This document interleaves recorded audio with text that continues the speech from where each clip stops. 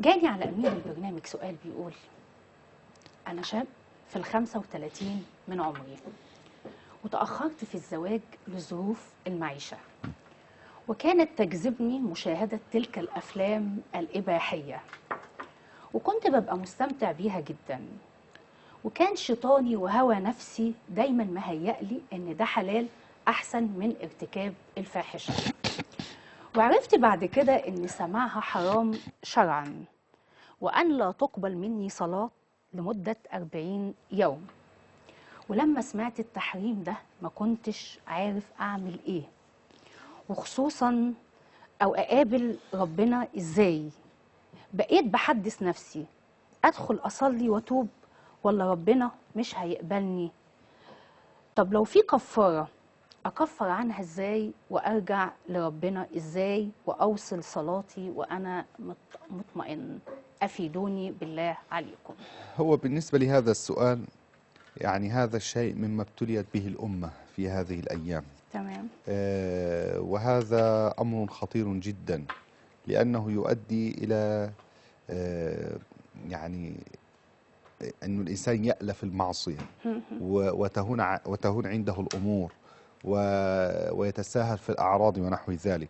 فينبغي يعني نصيحة للشباب، ينبغي عليهم أن يتوقفوا عن مثل هذه الأمور. وهذا الإنسان أنا استوقفتني عبارة أنه هو قيل له أنه لا تقبل له صلاة 40 يوما. هذا غير صحيح. تمام. وورد في الحديث النبي عليه الصلاة والسلام قال: العين تزني وزناها النظر، واليد تزني وزناها اللمس، إلى غير ذلك.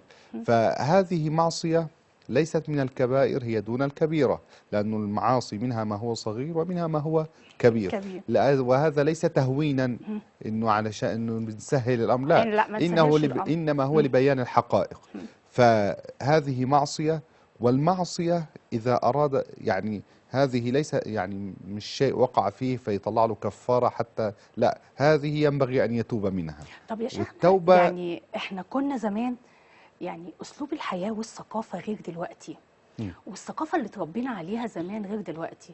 يمكن ده راجع لانتشار السوشيال ميديا، وده أكيد فعلا. نعم. دلوقتي بتكة زرار ممكن الطفل صحيح يجيب المواقع دي، والمواقع دي عادت بكثرة. نعم.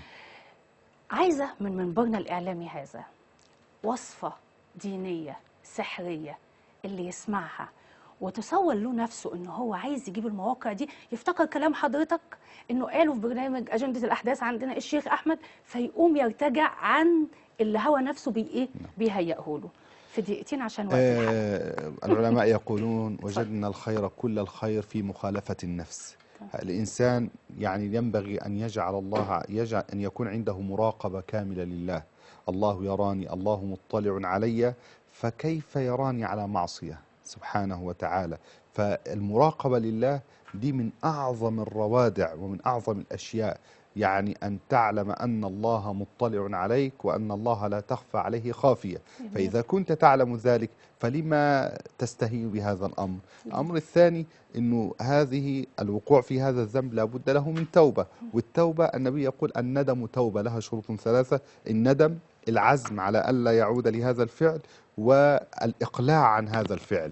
والندم هنا يندم لأنه عصى الله تبارك وتعالى. فكمان النبي علمنا عليه الصلاة والسلام قال: من استطاع منكم الباءة فليتزوج، فإن لم يستطع فعليه بالصوم فإنه له وجاء، يعني له وقاية يحفظه. ويكثر من الصيام، فإذا أكثر من الصيام تنكسر هذه الشهوة عنده شيئا فشيئا. كذلك يغض بصره، لأنه إطلاق النظر وإلى المحرمات ونحو ذلك وإلى النساء وما إلى ذلك، فهذا كله يجعل عنده ألف للمعصية. بنقول له: لا، غض البصر، مراقبة الله تبارك وتعالى في كل الأحوال، الإكثار من التوبة والرجوع والندم على ما وقع فيه من ذنب ومعصية، وهذه كفارة، وإن تاب إلى الله تاب الله عليه. طب بعض الناس برضو مدخل الشيطان بيقول له: أنت ما ينفعلكش توبة، أنت كل شوية مش عارف إيه. الواحد منا لو يلبس الثياب وإذا اتسخت يغسلها واتسخت يغسلها، فهو يجدد نعم، في التوبة فكما بتاعته، أن الواحد لا يمل من تكرار غسل ثوبه، كذلك لا يمل من التوبة. نفع الله بك يا شيخنا، وجزاك كل الخير. الخير عنا. الله يجزاك للاسف خير. وقت البرنامج بارك انتهى. الله فيك. على وعد بالمزيد، والشيخ احمد باذن الله هيكون معانا في حلقات تانية كتير شاء الله. على مدار الاسابيع الجايه. بشكر باسمي وباسمكم ضيفنا ومولانا الدكتور احمد سمير الازهري من علماء الازهر الشريف. كان معكم على الهواء مباشره بشرى الورداني، والى لقاء اخر في حلقه قادمه ان شاء الله.